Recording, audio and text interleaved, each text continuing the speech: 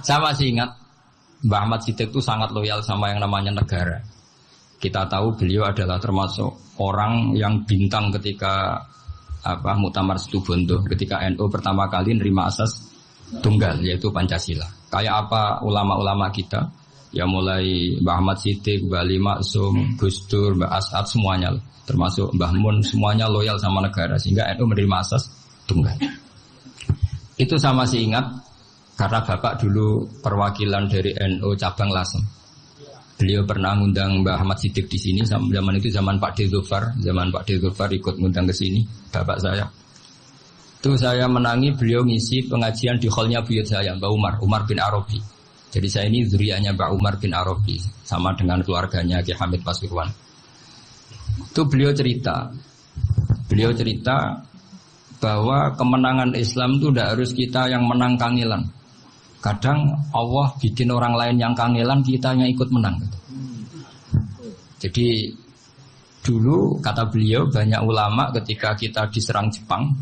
Saya masih ingat, saya karena pas itu ikut ke Lasem, karena saya santri sarang, bangun misi di Lasem, saya ikut di Lasem, karena saya masih keluarga. Itu ulama-ulama itu mimpi dibacakan ayat Ghulibatir Rum fi adnal ardi wa hum min ba'di ghalabihim sayaghlibun fi bid'i sinin lillahil amru min qablu wa min ba'du wa yawma idzi yafrahul mu'min. Itu dulu itu ada pertarungan besar antara kerajaan Romawi dan kerajaan Persia. Kita tahu Romawi itu Nasrani. Saya ulang lagi. Kemudian tentang Mbah Ahmad Siddiq saya tahu banyak karena dulu saya masih ingat, ini sekaligus ijazah pada cucu-cucunya. Kalau sama anaknya tidak berani saya. Sama cucu-cucunya. Saya masih ingat Mbah Ahmad Siddiq itu sangat loyal sama yang namanya negara. Kita tahu beliau adalah termasuk orang yang bintang ketika Muktamar Situbondo, ketika NU pertama kali nerima asas tunggal yaitu Pancasila. Kayak apa ulama-ulama kita, ya mulai Mbah Ahmad Siddiq, Mbah Ali Maksum, Gus Dur, Mbah As'ad semuanya, termasuk Mbah Mun, semuanya loyal sama negara sehingga NU menerima asas tunggal. Itu saya masih ingat karena Bapak dulu perwakilan dari NU cabang Lasem. Beliau pernah ngundang Mbah Ahmad Siddiq di sini zaman itu zaman Pak Dzofar ikut ngundang ke sini Bapak saya. Itu saya menangi beliau ngisi pengajian di hallnya buyut saya Mbah Umar bin Arabi. Jadi saya ini zuriyahnya Mbah Umar bin Arabi sama dengan keluarganya Ki Hamid Pasuruan. Itu beliau cerita bahwa kemenangan Islam itu tidak harus kita yang menang kangelan. Kadang Allah bikin orang lain yang kangelan, kita yang ikut menang. Jadi dulu kata beliau banyak ulama ketika kita diserang Jepang. Saya masih ingat, saya karena pas itu ikut ke Lasem, karena saya santri sarang, bangun misi di Lasem, saya ikut di Lasem, karena saya masih keluarga. Itu ulama-ulama itu mimpi dibacakan ayat Ghulibatir Rum fi adnal ardi wa hum min ba'di ghalabihim sayaghlibun fi bid'i sinin lillahil amru min qablu wa min ba'du wa yawma idzi yafrahul mu'min. Itu dulu itu ada pertarungan besar antara kerajaan Romawi dan kerajaan Persia. Kita tahu Romawi itu Nasrani. Saya ulang lagi, Nasrani. Nasrani itu percaya adanya Allah, adanya Tuhan, dan percaya adanya kitab samawi. Sementara musuhnya itu Persia, orang yang tidak bertuhan, tidak berdasar kitab samawi. Ketika Persia mengalahkan Romawi itu orang Islam ikut susah. Karena terus dibully sama orang-orang kafir Mekah. Orang kafir Mekah adalah orang yang tidak punya kitab samawi. Katanya orang kafir Mekah, iku lho balamu. Jute duwe kitab, jarene di hubungan mbek langit, nyatane perang keok. Paling kon yo padha. Jadi ada analogi bahwa kalahnya orang Nasrani itu dianggap simbol kekalahan orang yang bertautan atau berhubungan dengan langit. Akhirnya orang Islam susah. Saking susahnya orang Islam sampai Abu Bakar itu tanya, ya Rasulullah, lalu orang Romawi menang itu kapan? Terus ada surat turun, Fidut isinin. Ya kira-kira 3. Abu Bakar pas itu belum alim-alim amat. Jadi ngartikan 3 itu ya 3 betul. Sehingga beliau Masyhur itu. Cara Jawa totoan itu kimar. Pokoknya nanti Romawi pasti menang 3 tahun lagi. Akhirnya ketika datang itu taruhannya dengan 10 unta. Datang ke Rasulullah, Nabi menjelaskan, "Lunda. Bid'u itu mabena salas ilatis itu 3 sampai 9. Kamu jangan bilang 3. Ya sudah, taruhannya ditambah. Taruhannya ditambah sampai 100 unta. Tapi pembuktiannya enggak 3 tahun tapi nunggu 9 tahun. Sampean jangan tanya, berarti dulu pernah taruhan halal. Zaman sebelum ngaji saya, sampean sudah sering taruhan, jadi jangan nyalahkan saya. Nanti itu ada ilmunya, namanya nasah apa? Mansukh. Dan taruhannya Abu Bakar tidak kayak sampean. Taruhan yang sangat-sangat demi Islam, bukan demi hadun nafsi. Betul. Ketika tahun ke-7 orang Islam itu menang. Gila ya, tahun 9 itu umat Islam menang. Menangnya umat Islam mengalahkan musyrik Mekah itu di Badar. Romawi mengalahkan apa? Persia. Gara-gara Romawi mengalahkan Persia itu cara berpikir orang itu rubah. Ternyata langit itu ada, kekuatan langit itu ada. Sehingga meskipun akhirnya orang Kristen bilang ada Trinitas, terus mereka keliru dalam mengartikan Isa, tapi ada sekian nabi yang mereka sebut dan mereka hormati. Ada sekian kesamaan. Sehingga dalam Islam, saya ulang lagi, dalam Islam, andai kan disuruh milih orang komunis sama orang Nasrani, Islam tentu sama-sama kerjasama, milih sama yang Nasrani. Karena ini ahli kitab, kerjasama loh, bukan milih menjadi Nasrani. Nanti kapan salah paham, senangannya terus bully. Itu semangatnya pasti hasut. Nah, terus lalu relevansinya dengan Indonesia gimana? Wa yauma idzi yafrahul mu'minun. Ketika orang Romawi yang punya kitab Samawi mengalahkan Persia yang tidak punya kitab Samawi, itu orang Islam ikut bunga, ikut gembira. Itu semua kiai banyak yang mimpi seperti itu. Ini cerita Pak Ahmad Siddiq. Saya dengarin. Ternyata betul. Jepang itu enggak dikalahkan Indonesia.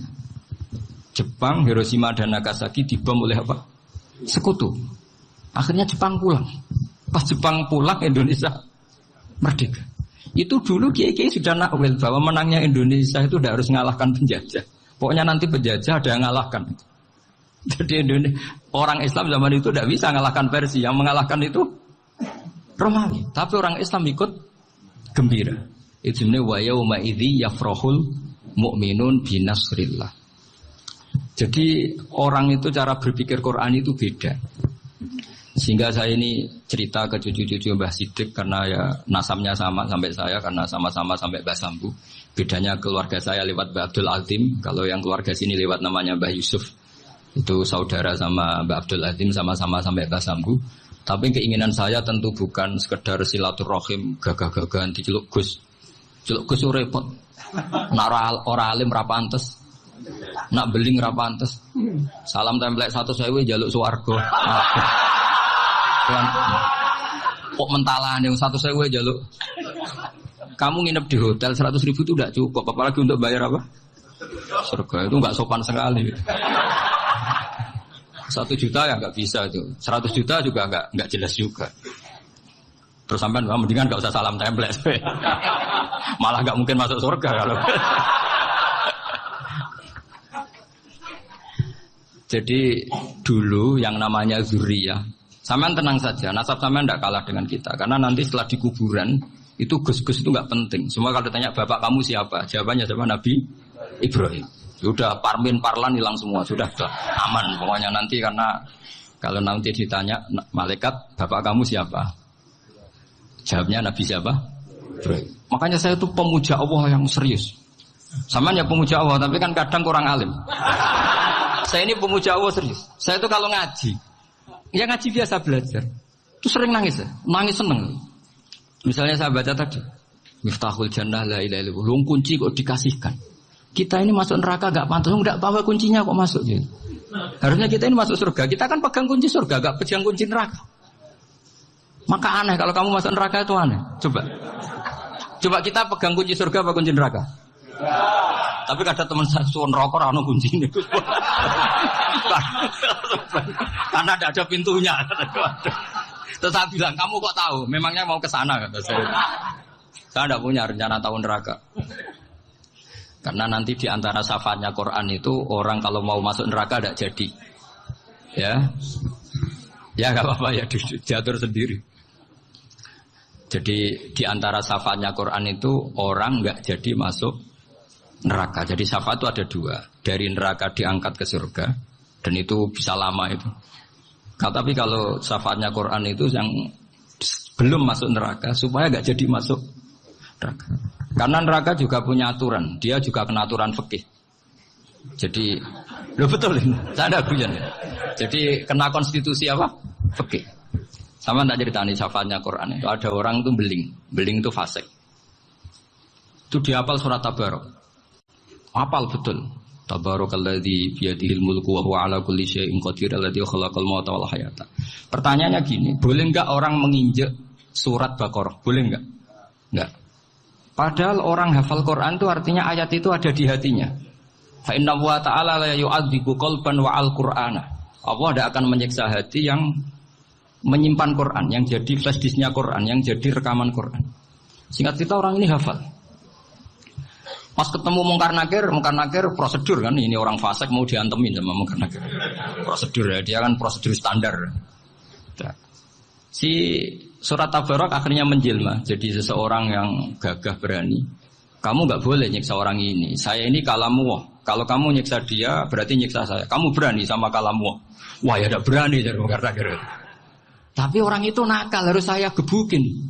Tapi kata Quran tadi, tapi saya di situ pasti kena saya.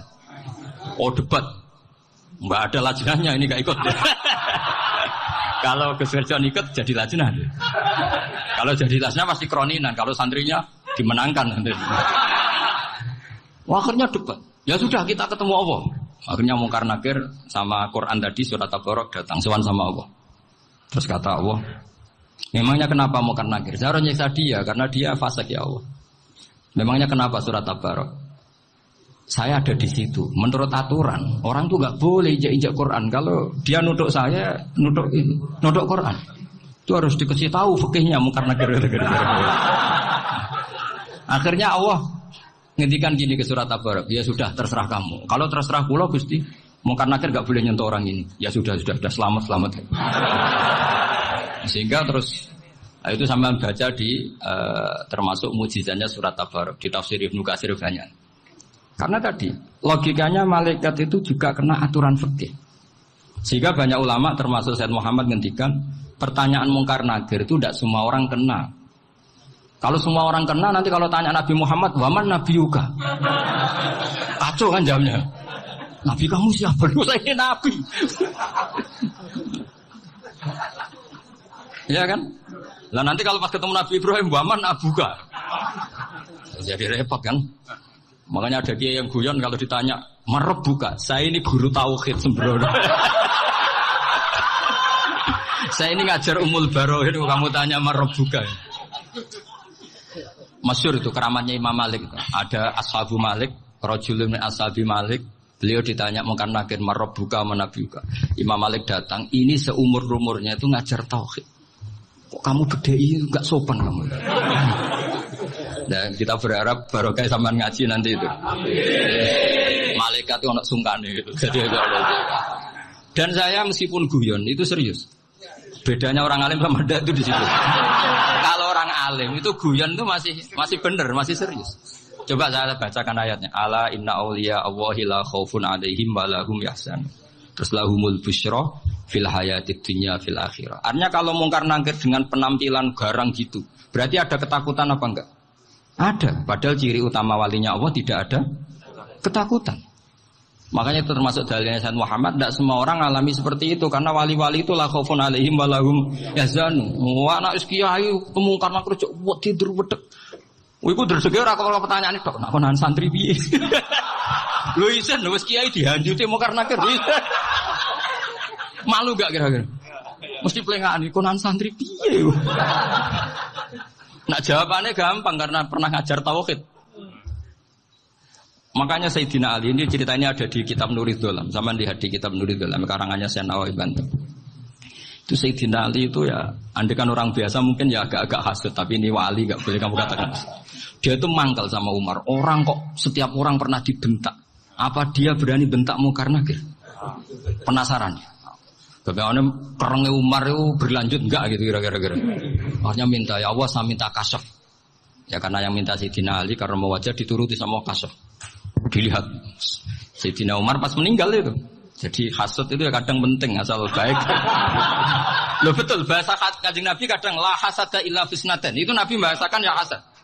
Gus Verson saja yang nafsirkan ghobtoh itu kan gaya-gayanan sebagai ulama. Aslinya Nabi ngendikannya itu la hasada illa fisnaten. Ulama yang ganti itu namanya ghobtoh. Wong Nabi sendiri nyebut hasad kok kamu tafsiri ghobtoh. Ya hasad ya hasad. Udah ada usah ditawil-tawil pokoknya gitu. Kalau sama nggak percaya nggak apa-apa. Kok gitu aja kok repot. Karena sama nggak percaya kemungkinannya dua. Satu nggak ngerti. Dua sama-sama alim kan dari awal kalau sama-sama alim kan laisali alimin ayukol tidak aliman akhor. Kita nggak perlu saling mengikuti. Ngapain hasud? Biasa aja. Akhirnya Sayyidina Ali kasut. Pas Umar bangun. Setelah mati kan bangun, setelah meninggal bangun. Munkar Nakir datang dengan perang yang sangat garang. Itu digambarkan Sayyidina Ali matanya itu kal kidril ghali. Kayak apa kendil yang apa menganga. Wah seru. Sayyidina Ali senang, paling takut ini Umar. Senangnya bukan main, wah ini mesti takut Umar. Biasa. Ternyata enggak, Umar malah bangkit. Woi Munkar Nakir ya. Kamu tahu menghadapi siapa? Itu betul ya? Kamu itu menghadapi temannya ahabbal khalqi ilallah. Yang diandalkan temannya bukan dia. Kamu tahu yang kamu hadapi. Saya ini teman kekasihnya Allah. Jadi boleh kamu mengandalkan Mbak Firjon. Tapi nanti resikonya Munkar Nakir tanya, itu Firjon siapa? Wah itu masalah kan. Makanya syaratnya wali itu harus ma'rufun fis sama. Di langit sudah populer. Makanya dulu ada orang yang saking seninya Abdul Qadir ditanya apa saja jamnya Abdul Qadir Al-Jilani. Itu aman karena beliau populer. Makanya program kita harus populer dulu di langit. Nah, itu nanti kalau dicatut oleh santri-santri nggak apa-apa. Kalau nggak populer nanti dicatat itu siapa? Masalah ya. Umar itu yang dibanggakan itu, kamu tahu saya siapa? Ya enggak tahu, saya ini temannya kekasihnya Allah. Temannya Muhammad, iya Muhammad Rasulullah. Wah mikir, waduh, repot. Loh di dunia aja gitu kan, temannya presiden, temannya panglima, apalagi ini temannya Sayyidul Awalin wal Akhirin. Di dunia aja bilang temannya presiden, menteri, orang sudah takut, apalagi ini temannya Sayyidul Awalin. Yang karena harus konfirmasi sama Allah, gimana ya Allah ini ngadepi. Sebetulnya yang diandalkan itu temannya, bukan dia. Wah, akhirnya sama Allah dibilang, ya bu, ya sama seorang seperti itu bu yang sopan. Terus semenjak itu Munkar Nakir itu nggak selalu berpenampilan seperti itu sangat. Jadi semoga itu konsisten sampai nanti. Jadi kamu kalau ingin nggak takut Munkar Nakir jadi wali. Karena sarannya tadi hanya wali sing la khaufun alaihim walahum yahzanun lahumul busyra fil hayatid dunya fil akhir. Jadi orang itu kalau ngaji itu harus khatam. Jangan semuanya kena pertanyaan. Dan kalau semuanya kena pertanyaan nanti repot. Kalau Nabi Muhammad ditanya waman Nabi juga. Nabimu siapa? Lu kan terus jadi aneh. Jadi makanya ngendikane Sayyid Muhammad semua ulama lah. Enggak ada am kecuali ditaksis. Kecuali sifatnya Allah. Misalnya bikulli syai'in alim ya benar-benar bikulli syai'in. Tapi kalau am semuanya pasti ada taksis. Meskipun dalam muhawarah muhadasah biasa. Misalnya contoh gampang istri kamu baru seneng kamu. Mas nak pengen apa-apa itu lapor aku gak apa-apa mas. Mesti aku seneng sama lapor. Iku dia ben wayo. Wah langsung jadi apa wae. Mesti apa wae maksudnya kecuali itu gitu. Padahal kalau ngomong mas sampean ingin apa saja tak dukung. Sampean bilang pengen ku iku wayo. Kira-kira disetujui apa enggak? Sama seperti kita kalau punya teman akrab, wes nang omahku gak apa-apa, anggap ae omahmu dhewe. Terus mlebu-mlebu kamar. Jadi tidak ada am kecuali di takhsis. Artinya kalau ada cerita bahwa orang mati pasti ngalami ditanya mungkar nakir, itu pasti ada am yang di takhsis. Itu pasti tidak dialami para anbiya, para auliya. Karena ciri utama wali itu la khaufun alaihim walahum yahzanun. Kemudian saya yang mau cerita ya, supaya sampean bisa menghadapi dunia global ini, tak bawa tafsir Munir termasuk tadi. Kenapa orang Islam, Rasulullah SAW itu lebih senang kalau yang menang itu orang Nasrani Romawi, ketimbang yang menang itu orang Faris, dalam hal ini ateis. Karena orang ateis itu lebih ngeri. Sebetulnya beberapa penemuan sains, terutama di ilmu medis, itu orang Amerika, kayak cloning. Tapi orang Amerika itu masih dilarang oleh gereja untuk mengaplikasi. Karena nanti bayi cloning itu dipakai suku cadang. Di Amerika masih ditentang oleh fatwa-fatwa agama, baik Islam maupun Kristen. Tapi di Cina itu dipraktekkan. Karena nggak ada halangan agama. Di Cina itu biasa ada kondom diolah lagi jadi alat-alat aksesoris. Di Amerika tidak ada karena masih ada agama, masih ada larangan. Sehingga orang Islam itu lebih takut kalau yang menang itu Persia, karena terus cara berpikir ternyata Tuhan itu tidak ada, langit tidak ada perannya. Jadi ketika yang menang Nasrani masih berpikir itu pertolongan Tuhan, meskipun mungkin cara mengatakan Tuhan beda dengan kita. Tapi ada satu kesamaan bahwa kekuatan samawi itu ada. Jadi disebut ghulibatir rum fi adnal ardi wa hum min ba'di ghalabihim sahlib. Di sini diterangkan oleh Syekh Nawawi supaya kamu tidak salah paham. Sebetulnya kamu katakan misalnya wah itu paham liberal, sebenarnya saya tidak tersiksa. Cuma takut yang mengatakan seperti itu cek goblokir atau ngaji gitu. Itu aja masalah saya. Ini saya baca ini karangannya Syekh Nawawi karena tadi kata Mbah Firjon ngaji itu harus sama orang yang bersanad. Saya ini kalah sama beliau itu berkali-kali. Secara nasab saya harus manggil Mbah. Secara silsilah ilmu saya juga kalah lagi. Saya sering disewani sama cucu-cucu Syekhona Khalil. Kiai Sidik itu termasuk murid dekat beliau Syekhona Khalil. Kalau itu berarti kan Gus Wirjon, Ahmad, terus Mbah Sidik. Mbah Sidik ngaji Syekhona Khalil. Syekhona Khalil itu pernah ngaji langsung sama Sayyid Zaini Tahlan. Berarti beliau dari Sayyid Zaini Tahlan itu baru generasi kelima. Sementara saya itu sudah ke-7 atau ke-6. Saya, Mbah Mun, Mbah Karim misalnya, Mbah Hashim, Mbah Mahfud Termas, Sayyid Abi Bakar Sato yang ngarangnya Anatul Talibin, baru Sayyid Zaini Tahlan. Berarti saya ke-7, kalah lagi. Tapi untuk jadi wali biasanya cepat saya. Karena syaratnya jadi mbah itu ngalah demi putu. Jadi kalau beliau ngotot, saya dulu Gusti, saya mbahnya. Wah itu mbah yang nggak baik. Pasti jatahnya dikasihkan apa? Cucunya dulu. Makanya Abdul Muthalib itu orang yang dapat wangsit, tapi yang jadi nabi itu cucunya. Jadi dalil saya banyak. Sebenarnya Abdul Muthalib itu sudah sering dapat wangsit.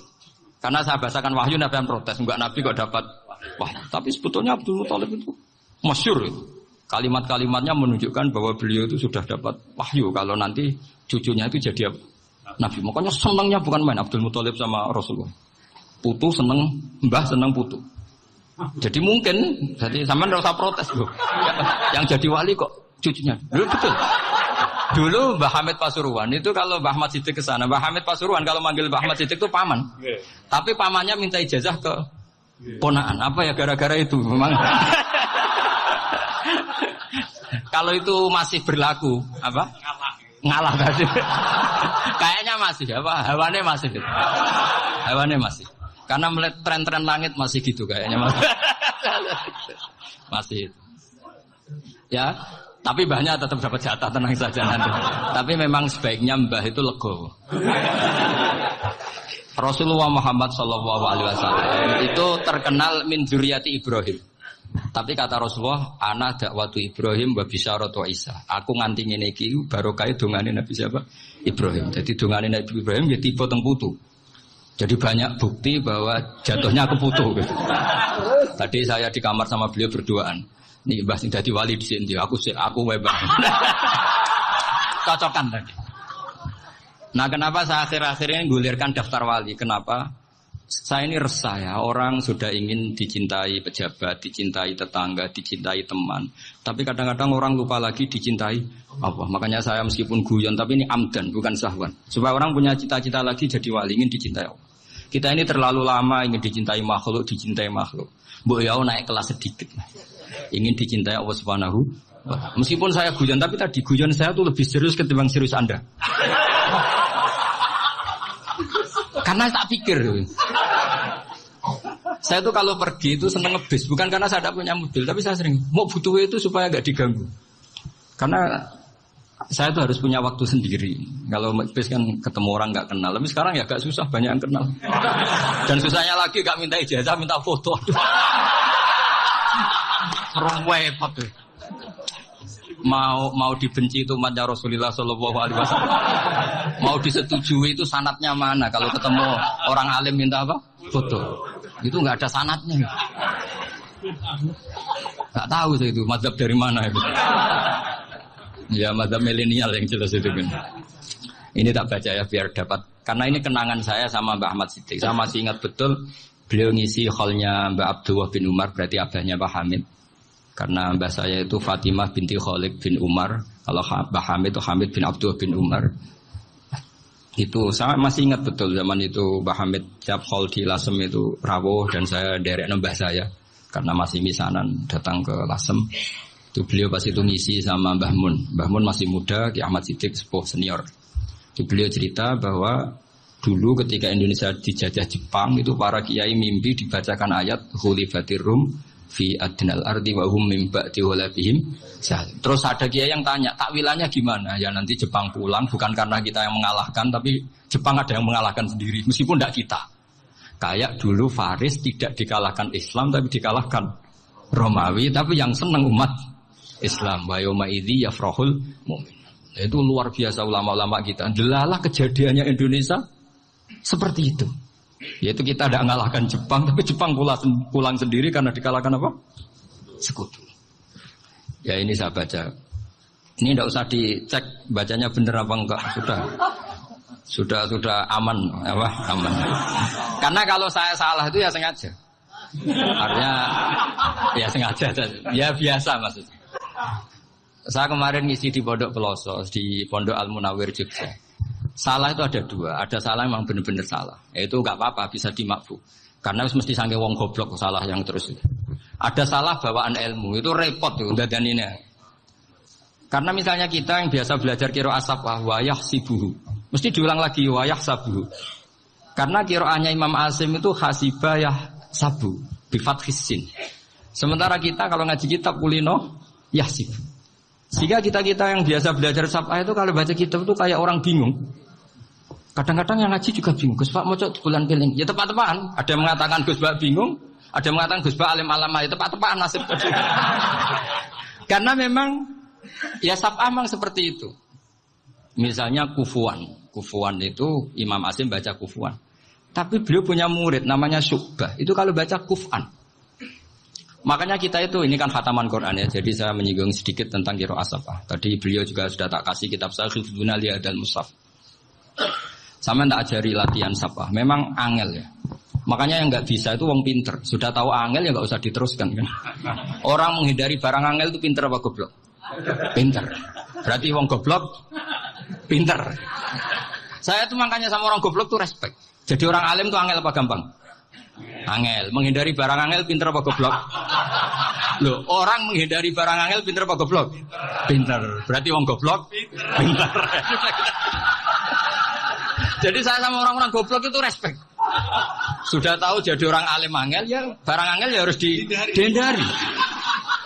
Makanya saya ini insya Allah umatnya Nabi yang termasuk yang terbaik. Amin. Karena mencintai umatnya Nabi termasuk yang goblok. Waduh. Itu tidak gampang itu. Karena tadi sudah tahu ya. Seperti itu loh orang naik panjat pinang.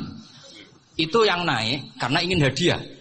Yang nonton sudah tahu, wah licin kok dinaikin mau keplodok. Tapi orang sepakat yang nonton juga pinter karena sudah tahu ribet kok. Tuku yang pasar akan naik lah apa mainnya. Sama juga gitu. Ngalim tafsir angel, ngalim fikih angel. Ada karek ngaji ngerekam kan gampang. Itu pinter apa goblok? Pinter. Iya. Makanya kula niku mbok burohno ngono tok. Saya tadi dinasihati Mbak Firjon, muga-muga hati saya selamat. Saya itu meskipun kata orang banyak, muhibbin saya banyak, tapi saya insya Allah tidak riya. Saya itu pakai kitab namanya Tasbidul Fuad, itu karangannya Said Abdul Al-Haddad. Ketika beliau punya muhibbin banyak ditanya, bagaimana ya Habib Anda menjaga hati Anda? Jamnya Said Abdul Al-Haddad itu unik. Innama azomu Allah. Mereka itu sebenarnya menghormati Allah. Cuma butuh saran, dan itu saya. Jadi saya tahu sampean semua itu mencintai Quran, mencintai sunnah Rasul, mencintai hadis-hadis Rasul. Cuma sampean kan karena gak paham, terus manfaatkan saya. Jadi sebenarnya saya ini korban. Korban. Jadi saya mau riak gimana? Korban kok mau. Bangganya di mana tuh? Coba sampean misalnya ngaji tafsir, belajar sendiri kan susah. Terkibnya susah, maknanya susah. Bahkan beli kitabnya kadang tidak kuat. Loh, untuk jadi alim tafsir itu kan harus beli kitab. Loh, saya sering belajar kitab itu jutaan. Tafsir Tobari, saya pernah beli kitab Fakhrur Razi itu berapa coba? 27 jilid. Karangannya Fakhrur, belum karangannya ulama modern, Imam Sa'rawi. Itu berapa jilid? Itu jutaan. Saya kemarin juga dihadiahi kitab Pak Quraish Shihab namanya Faidul Bari fi Syarhil Bukhari. Pak Quraish Shihab yang terkenal. Dia sering diskusi sama saya. Saya ngasih hadiah beliau ngasih hadiah saya. Wah itu harganya tidak kuat. Tidak kuat kadang di Indonesia nggak ada coba. Dan sama orang hebat menghindari kesulitan itu. Nah, kesulitan itu, sesuai ngaji ikut, kalau nggak paham, dirukuk rekamannya sudah. Gitu. Pinter mana sampean nambah saya? Pinter sampean kan? Bikin sosis susah, beli aja kok repot kan? Nah, makanya nggak boleh orang bilang, wah goblok reso tafsir itu wong pinter.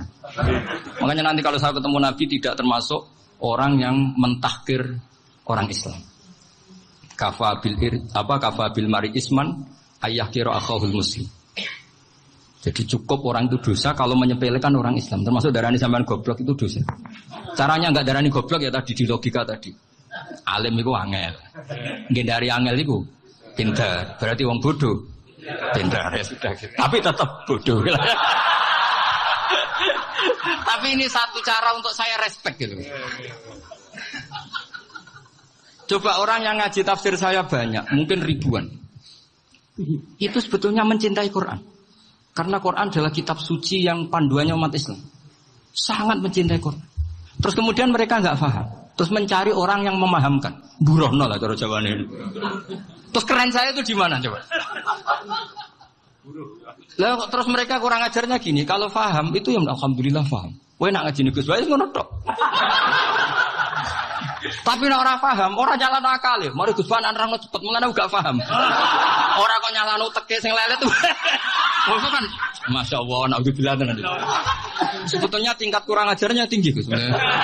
Jadi kalau enggak paham itu kadang enggak nyalahno uteke. Kayak mau misalnya, mau mari mikir aja jelas. Padahal misalnya jelas ora mesti paham, bodoh. Paham ya? Jadi kata Said Abdul Haddad, innama azzamu Allah. Sebenarnya mereka itu sangat menghormati Allah. Makanya kita enggak perlu mengatakan wasilah itu kafir, enggak akan. Karena orang tawasul sama Rasulullah itu ingin dapat ridhonya Allah lewat orang yang dicintai Allah. Kita mencintai wali sebenarnya wah itu kekasih Allah. Kita mencintai itu karena mencintai Allah. Sama seperti gini. Kamu mencintai kangkung apa enggak? Sebenarnya sama sekali enggak. Tapi kamu ingin sehat, ada asupan gizi. Kamu ingin tubuh kamu sehat, butuh asupan gizi. Kemudian kamu makan kangkung. Apa terus kamu cinta kangkung kan enggak?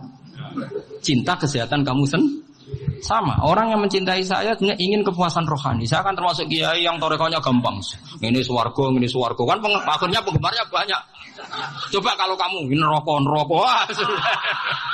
Jadi sebetulnya Anda mencintai kepuasan Anda sendiri. Nah, saya ini korban. Makanya untuk masuk surga cepat saya. Korban itu cepat. Da'watul mazlum la turaddu kan gitu. Laisa bainahu wa bainallah hijab. Jadi saya kalau dongo langsung seret langit. Karena mazlum. Saya sinau tafsir itu, Mbak, sampean bayangkan ada tafsir itu sudah 27 jilid. Sekarang Fakhrur Razi itu bulatnya bukan main. Karena dia ahli filsafat. Bulatnya Masya Allah. Sudah gitu sinau Jalalain kadang dikomen oleh Sawi. Sudah kita percaya Jalalain dibuli Sawi. Percaya sawi dikandani, oh iku Maliki rasa ribet. Sudah itu sinau Qurtubi, sinau tafsir Tabari itu susahnya. Belinya susah, belajarnya susah. Padahal saya punya keluarga, punya istri, punya anak. Bayangkan kalau istri saya rewel kayak istri sampai. Wah itu, tapi alhamdulillah enggak. Sama sekali enggak. Allah sudah milihkan, wah ini bahaya kalau punya istri rewel. Imam Sibawai itu kitabnya banyak, tapi yang terbukukan hanya kitab Sibawai. Karena beliau kalau sudah belajar lupa istri. Hanya pas beliau di pasar, kitabnya dibakar semua sama istrinya. Karena dianggap saingannya. Ternyata yang dicerai tidak kitabnya, malah istrinya. Itu Imam siapa? Tapi alhamdulillah kitab saya nggak terbakar, aman. Ya, mulane kowe jogeman gedeng kiai Indonesia, mulane kiai Indonesia wong alim-alim. Ketika gawe Pancasila iku gak apa-apa ngakoni Kristen. Mergo cek di agama, sementing aja komunis. Mergo kunane kuno wong Islam luwih seneng sing duwe agama senajan tau rada-rada keliru. Timbang sing ra duwe agama. Mulane Kiai Maskur, Gus Salim, Gus Wahid, wae kiai alim dhisik nampa Pancasila, sing penting berketuhanan. Sing penting ora komunis. Mergo nek komunis padha karo wong Persia yaiku tidak berketuhanan, ora berkitab napa suci. Paham ya? Paham tenan ta ora iki? Dadi dalile kiai-kiai Indonesia nrimo Pancasila kunane kuno iku Kanjeng Nabi iku luwih gampang bayangno seneng nak sing menang Romawi ngalahno napa Faris. Mergo berarti wong sing percaya agama ngalahno sing ra duwe agama. Jadi kita tetap luwih nampa Kristen Yahudi tinimbang komunis. Lah saiki wong Islam keselen dipimpin Amerika kadang luwih nampa Cina. Nak cara agama ya tok nampa Amerika timbang Cina. Nak pilihane loro tok, tapi nak Amerika be Mustafa milih Mustafa aku. Religius apa? Dene nasionalis religius cara partai dene yo.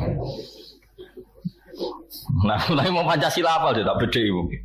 Mau sila kira mesti apal. Ngelima apal. Enggak di kursus tak baleni malih. Mulane kula niku nate istikharah teng Mekah, nate ngaji teng pundi-pundi kula nate istikharah. Pancen kena apa kok kiai-kiai dhisik mentoleransi mergo ngoten niku. Kula niku menangi niki kula cerita tahadus bin Imad. Kula niku menangi jagongane Mbah Mun kalian Ahmad Siddiq riyen Rais Ahmad Siddiq. Mbah Ahmad Siddiq nggih kan turunan Lasem niku. Mbah Siddiq niku misanane buyut kula dan jeneng Lasem riyen. Ya Ahmad Siddiq sing terkenal riyen Rais Ahmad. Itu beliau cerita ketika Indonesia masih dijajah Jepang. Dijajah apa? Muhammad Siddiq itu diceritani orang-orang, baik sanatnya sampai bahasa Masari. Intinya ada kiai yang disuruh istikharah, lalu merdekanya Indonesia itu gimana? Jepang kan jahat 4 tahun dijajah, tapi jahat sekali lah Jepang. Tuntas Indonesia gara-gara dijajah apa? Jepang, Monoromusa macam-macam. Singkat cerita itu ada seorang kiai mimpi dibacakan surat Rum. Baik dia baca surat Rum. Hulibatir Rum fi adnal ardi wa hum min ba'di walabihim. Terus kiai tadi nyimpulnya ini. Ngeten Mbah, pokoknya Indonesia niku ora iso ngalahno Jepang, tapi tetap merdeka. Bagi inti jan kowe nak omong sing waras. Pokoknya ngoten, Indonesia iku ora iso ngalahno Jepang tapi tetap merdeka. Mergo Romawi niku kalah ambek Persia. Suatu saat Romawi ngalahno Persia. Lho pas Romawi sing menang kok wong Islam melok seneng, padahal ora melok menang. Paham ya? Ayat ini Romawi ngalahno Persia. Wa yauma idzi yafrahul mu'minun, di hari Romawi mengalahkan Persia, orang Islam itu melok. Padahal ora melok menang, ya ora melok perang. Tapi wong sing ngomong kiai, wong alim wali ya do percaya. Mbok singkat cerita terus Jepang Hiroshima Nagasaki dibom sekutu. Jepang mulai terus Indonesia merdeka. Terus diparani iki, kowe wali tenan. Perkara ini wali tenan maksudnya. Udene oleh nak wilayah itu sederhana. Indonesia ora iso ngalahno Jepang tapi tetap merdeka. Mergo ayate hulibatir rum wa hum min ba'di walabihim sayaghlibun fi bid isinin lillahil amru min qablu wa min ba'du wa yauma idzi yafrahul mu'minun. Wong ra melok menang kok melok seneng. Jadi dunia yo ono ora melok menang. Tapi melok seneng. Melok merdeka ya. Dadi akhirnya Arab Saudi, Kanjeng Nabi ora ditindas kafir Mekah. Mergo kafir Mekah penindas Nabi ku wedi. Balaku kalah. Jadi dhisik ana kekuatan global Romawi Persia. Persia jadi kekuatannya kafir Mekah, Romawi jadi kekuatannya Islam. Lah bala-balanan kunane kuno wong yo bala-bala. Nah, mulane ngaji musuh men wiridan. Aneh-aneh. Ben ngerti nak donya iku ana padanane. Mulane padha-padha milih nak kepeksa mergo hakul jari atok kancanan wong Kristen aja wong PKI. Mergo nak PKI ku ora ahli kitab, ora semitik. Nak Kristen mitik. Syukur-syukur Kristene rada orisinil. Rondo iku ya. Jadi penting ya ngaji ku penting. Jadi kunane kuno wong iku golek padanan-padanane ya. Persia mirip kafir Mekah, padha-padha ra semitik. Romawi padha-padha semitik. Paham ya? Wis pokoke ngono golek kembaran sithik-sithik napa? Mulane sing ngerti Kanjeng Nabi dia ahli kitab. Saman saiki delok Tiongkok ambek Amerika, ya lumayan Amerika. Penemu napa jenenge transgenetik atau penemu napa cloning itu orang Amerika. Tapi mau dipraktekkan itu enggak berani di Amerika ngadepi lembaga kejang menolak cloning manusia. Di Cina wani. Bayi-bayi dicubuki jantungnya tinggu cak. Makanya kalau ada suku cadang ginjal itu banyak itu dari Cina. Karena enggak etika agama. Jadi meraktek. Kowe krungu wong Amerika